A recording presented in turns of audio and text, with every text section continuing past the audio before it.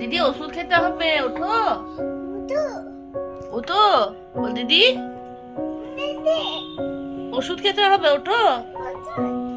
ওঠাও ওঠাও ওঠাও, দিদি ভাইকে একবার ওঠাও ওঠাও, আরেকবার ওঠাও। উঠছে না, না কাতুর এখন না, আগে দিদি ভাইকে ওঠাও, একসাথে দেখবে। ওঠাও দিদি ভাইকে ওঠাও, ওঠাও দিদি ভাইকে ওঠাও। ওঠাবে না, একবার হামু খেয়েছো তো দিদি ভাইকে, উঠে যাবে। যাও একবার হামু দিয়ে দাও। মারে না, হামু দাও। যাও হামু দিয়ে এসো। উঠতে পারো উঠতে পারো, বলো ওঠো।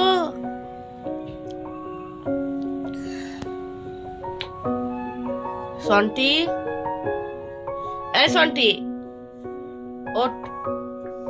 গুড মর্নিং বন্ধুরা, আপনারা কেমন আছেন? আশা করি ভালো আছেন। আর সোমা সন্টির আরেকটা নতুন ব্লগে আপনাদেরকে অনেক অনেক স্বাগত। আমি সোমা, আপনাদের জন্য নিয়ে এসেছি আরেকটি নতুন ব্লগ। তো বন্ধুরা, আজকে সকাল হয়ে গেছে এখন 11:15, কিন্তু রোদ্রের একদম কোনো মানে রোদ দেখা যাচ্ছে না, একদম অন্ধকার অন্ধকার, মেঘলা মেঘলা ওয়েদার, ভালো লাগছে না। অন্ধকার এই কারণে, কারণ আমার ঘরে লাইট না জ্বালানো পর্যন্ত অন্ধকার হয়েই থাকে। আর আজকে এখন আমি জল খাবার খাবো, তারপর বেরিয়ে পড়বো একটু ঘুরতে। তো কোথায় যাব, সাথে তো আপনাদেরকেও নিয়ে যাব। আর দাঁড়ান দেখিয়ে দিই, মেয়ে এখন জল খাবার নিয়ে বসছে। কালকে আর থেকে আলু পরোটা করে রেখেছিলাম, মেয়ে এখন আলু পরোটা নিয়ে নিয়েছে আর সস দিয়ে খেয়ে নেবে। তো ও জল খাবারটা কমপ্লিট করে নিক, আমিও জল খাবার নিয়ে নিই।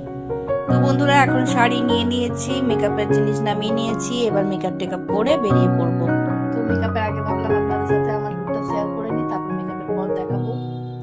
তো বন্ধুরা, আমরা রেডি হয়ে গেছি, এবার বেরোবো ঘুরতে যাওয়ার জন্য। এই যে আমার গুন্ডাটা রেডি হয়েছে। ওই দেখছেন কত দুষ্টুমি করছে। এমনিতে সোয়েটার টুপি পরতে চাই না, কিন্তু আজকে যেহেতু বলেছি না পরলে ঘুরতে নিয়ে যাব না, তার কারণে কিন্তু ও পড়েছে।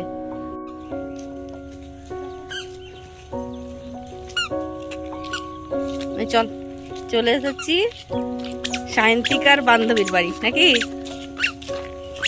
এখনো আসিনি, রাস্তাতে আছি, এখন যাচ্ছি। এই যে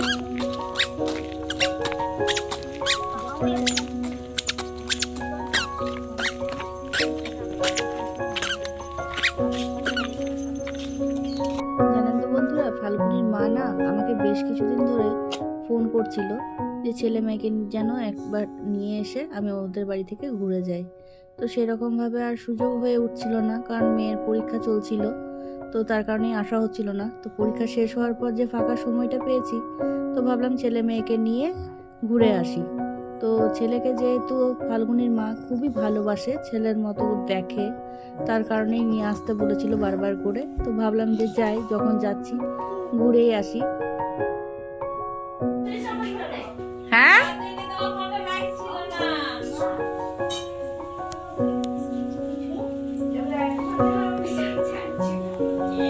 এটা হচ্ছে ফাল্গুনির মা। ফাল্গুনির মা এখন রান্না করতে ব্যস্ত। আর এদিকে আয় ফাল্গুনি, আয় একটু দেখাই। এই যে এ হচ্ছে ফাল্গুনি, সায়ন্তিকার বান্ধবী। এই যে আমার মেয়ে সায়ন্তিকা, আপনারা তো সন্টি বলেই চেনেন। আর এই যে হচ্ছে, এটা আমার পাগলটা এসেছে, এই যে পাগলটা। হ্যাঁ, বাদ দিয়েছে যে গো, থাক না, ওর মা তো আছে। বাবা রে,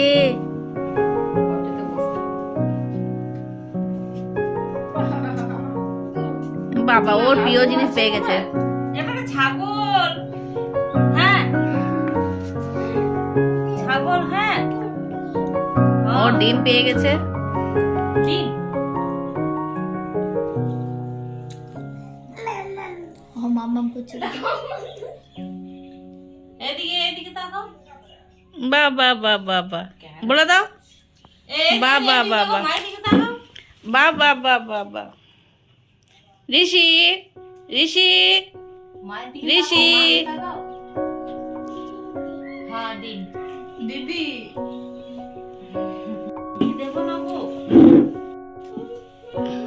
খাও খাও, ডিম পছন্দ। ফাল্গুনিদের বাড়িতে এসে এত আনন্দ উপভোগ করলাম, সেই সুন্দর মুহূর্তটা আর ক্যামেরা বন্দি করতেই ভুলে গেছি। তো যাই হোক, যখন বাসে উঠে এসেছি তখন মনে পড়লো যে ভিডিওটা করে নিই। তো দেখতে পাচ্ছেন সেই ম্যাজিক পার্কটা, যেটা কালী পুজোর ভাইফোঁটার জন্য এসেছিলাম, তখন বন্ধ ছিল। এখন অবশ্য পিকনিকের সিজন রয়েছে বলে খোলা রয়েছে। এত সুন্দরভাবে ফাল্গুনীদের বাড়িতে সময়টা কেটে গেল, একটা বেলা যে কী করে পার করে ফেললাম বুঝতেই পারলাম না। আর এখন যাচ্ছি বাড়ি গিয়ে আবার সেই চুপচাপভাবে ঘরের মধ্যে বন্দি হয়ে থাকতে হবে।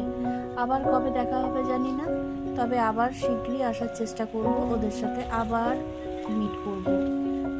আর জানেন তো, ফাল্গুনীদের বাড়ি এসে আমার মনে পড়ে গেল আমার ছোটবেলার কথা। আমিও যখন স্কুলে পড়তাম, আমিও আমার বান্ধবীর বাড়ি এসেছিলাম এই একই জায়গায়। যেখানে ফাল্গুনীদের বাড়ি, সেখানেই আমার আরেক বান্ধবীর বাড়ি। তো সেখানে আমরা এসেছিলাম, আমরা 3 বান্ধবী মিলে। তো তাদের এখনো মনে আছে কিনা জানি না, কিন্তু আমার খুব মনে পড়ে। সরমা, শতাব্দী আর আমি এসেছিলাম আমার বান্ধবী জয়িতার বাড়ি। তো সেখানে খুব মজা করেছিলাম। সেখানেও একটা বেলা যে কিভাবে পার হয়ে গেছিল বুঝতেই পারিনি। আসল ব্যাপার, যখন দেখবেন মনের মানুষের সাথে মেলাপ হয়, আর সেই সময়টা কিন্তু আর বোঝাই যায় না যে কীভাবে নিমিষের মধ্যে সময়টা শেষ হয়ে গেছে। বাড়ির খুব সামনে চলে এসেছি, এবার নামতে হবে। বাড়িতে অনেকক্ষণ ফিরেছি, এবার মেয়েকে নিয়ে চললাম। একটু স্টেশনারি কিছু জিনিসের প্রয়োজন পড়েছে, যার কারণে মেয়েকে নিয়ে বেরিয়ে পড়লাম। আর ওর বান্ধবীর বাড়ি থেকে এসে নিয়ে না আর কিছুই যেন ভালো লাগছিল না, তার কারণে কিছুটা সময় শুয়েই কাটিয়ে দিলাম। এরপর এখন যাচ্ছি আমি স্টেশনারি দোকান, দেখি মেয়ের কি কি প্রয়োজন আছে। তো দেখতে পাচ্ছেন, আপনাদের সাথে কথা বলতে বলতে চলে এসেছি স্টেশনারি দোকান। এখানে প্রচুর ভিড় রয়েছে, তাই ক্যামেরাটাকে বন্ধ করতে বাধ্য হলাম। আসল ব্যাপার, মেয়ের অনেক কিছু জিনিস দরকার ছিল, যেগুলো ও আর কি হাতের কাজ করবে বাড়ি বসে, তার কারণেই এসেছিলাম। আর সাথে কিছু নিয়ে নিলাম ফুচকা, কারণ আজকে আমার ছেলে হঠাৎ ঘুম থেকে উঠে নিয়ে বলছে ফুচকা খাবে। তো কেন জানি না আমারও মন গেল, তাই ফুচকাটাও সাথে নিয়ে নিলাম। কটা ফুচকা খাবে?